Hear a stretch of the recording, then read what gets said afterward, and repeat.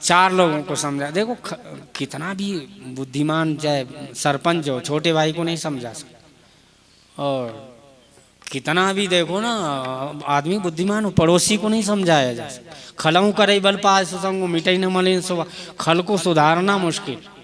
और आदमी कितना बुद्धिमान हो, तत्ववेत्ता हो जाए, पंडित हो जाए इनके जैसे प्रकांड विद्वान, लेकिन अपनी पत्नी को सुधारना मुश्किल है। आपकी बात नहीं कह रहा हूँ, ऋषिकेश की। हम खतरनाक काम है मारे। क्यों पंडित जी मारे? सबको सुधार दो आप। धर्म पत्नी जब शंकर जी नहीं सुधार सके तो हमको क्या चिंता की बात। आगे कथा बढ़ गई। शंकर जी ने कहा सती अब ध्यान रखियो, ये कथा अमर हो जाएगी तेरी मेरी। मैं समझाते समझाते थक गया। और शंकर जी जब थक गए अपनी सती को समझाते, तो कलयुगी शंकर भगवान लोग ध्यान रखना, समझ गए कि नहीं थोड़े में। अब भगवान शंकर ने कहा कि अच्छा देखो, तुम्हारे मन में अगर ज्यादा शंका हो तो तुम परीक्षा करो। देखो फिर भी इशारे से कह दिया कि मैं तुम्हारे विचार से, तुम्हारे विचार, तुम्हारे शंका संदेह या जो मोह या भ्रम हो रहा है, मैं तुम्हारा साथ नहीं देता। जो तुम्हारे मन अति संदेह हो तो किन जाई परीक्षा ले। तब लगी बैठ रहा हूँ बट छाही, जब लगी तुम आई हो वहीं पाही। लेकिन धन्य हो, जब तक तुम परीक्षा के तुम्हारे मन में संदेह तो जाओ परीक्षा ले लो, मैं यहाँ बैठता हूँ। तब भी देखो अगर सती पतिव्रता होती, जब पति भले कह रहे हो कि जा वहां पर चली जा, आंख बंद करके चली जा, मेरी आज्ञा है, तो भी उन्होंने कहा जब पति सहमत नहीं है तुम क्यों नहीं साथ में चलते? आप परीक्षा करो, मैं साथ में रहूंगी। आप नहीं जाते तो मैं भी नहीं जाऊंगी। लेकिन देखो सती भले संग में हो, लेकिन विचार कितना दूरी है, बुद्धि कितनी दूर है। इसको मति नहीं, आत्मा तुम गिरजा मति है। इसलिए गोस्वामी जी ने कहा कि भवानी शंकर वंदे श्रद्धा विश्वास रूप।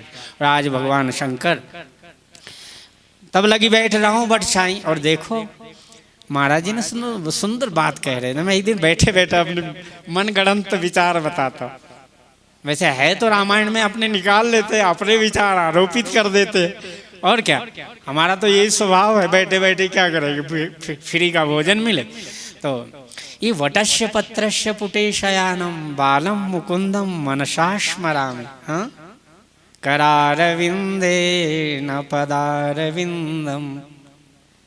पल्लो परमात्मा इतना छोटा हो जाता है। वटस्य पत्रस्य, वट वृक्ष इसका मतलब विराट तो वट वृक्ष है, और परमात्मा छोटा है। अणु रणियाम महतो मण। और वो भी भगवान ने, देखो ये चारों पांचों वक्ता चाहे कितने भी वक्ता कथा कह रहे हो सतयुग त्रेता द्वापर से, लेकिन सब संत लोग बैठे हैं वट वृक्ष के नीचे। कहाँ बैठे? वट वृक्ष के। देखिए कहाँ सुखदेव जी महाराज परीक्षित को कथा सुना रहे हैं, तो वट वृक्ष के नहीं। आज भी वो बहुत सुखताल में बड़ा सुंदर वट वृक्ष है ना। लेकिन मेरे को लगता है बैठे बैठे मैंने कहा यार ये वट वृक्ष क्या होगा, हमारी श्री जी का महिमा इससे मैं कैसे जोड़ दूं। मेरी श्री जी की ही महिमा होना चाहिए। वट वृक्ष पल्लों में परमात्मा छोटा हो जाए, लेकिन मेरी श्री जी का वट वृक्ष इतना विशाल हो जाए, इतने अनंत पल्लों फैल जाए कि परमात्मा एक छोटा सा शिशु बन करके रह जाए। बैठा, मैंने कहा कहां से खोजूं। शंकर जी बैठे तो वर विश्राम विटप श्रुति गावा, और अक्षय बैठ के नीचे तो स्वयं याज्ञवल्क्य जी भरद्वाज जी का संवाद हो रहा है। काकभूषण जी कहते हैं कि भट्टर कहा हरि कथा प्रसंगा आवई सुने अनेक विहंगा। और भगवान राम जी भी जब बैठते हैं, सुखदेव जी कथा कहते हैं वट वृक्ष के नीचे। और जब राम जी बैठे हैं तो गोस्वामी जी ने कहा, राम जी का चरित्र चित्रण किया। राम जी भी कभी बैठते हैं तो वट वृक्ष की छाया में। वो वट वृक्ष में एक नियम है, कहते देखिए मजाक भी कर रहे हैं, नारी सरिता कूप जल अरुवर्गद की छां, गर्मी में ठंडा करे ठंडी में गरमाए। सियावर रामचंद्र की। वो मैंने तो अपने मनगढ़ंत जोड़ देते, अपने को कहाँ से शास्त्र मिलता, इनके चरणामृत पिया आ गई बुद्धि। तो मैंने कहा ये वट वृक्ष लगता है। गोस्वामी तुलसीदास जी ने कहा सीता जी ने सबसे पहले अनादिकाल में स्वयंभू मनवंतर में सबसे पहले बीज को उत्पन्न किया, क्योंकि उर्विजापतिम, उर में जिसके बीज को मम योनिर्महद ब्रह्म तस्मिन् गर्भम दधाम्यहम्।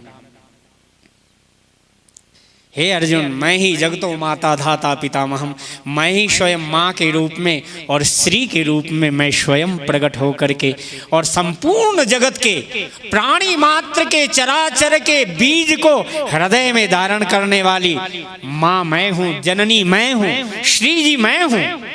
इसीलिए तो हमारे गोस्वामी तुलसीदास जी ने बड़ी सुंदर बात लिखी। भले श्री जी की महिमा राम जी से जरा कन्हैया से छोटी कर दो, बड़ी कर दो, कोई बात नहीं, बड़ी बनाए लो, लेकिन हमारे गोस्वामी जी ने कहा यार दो मम्मी पापा दो नहीं, क्योंकि देखो अगर इस जगत के अंदर नारी नारी रहे पुरुषों का अस्तित्व नष्ट हो जाएगा। नहीं, ऐसी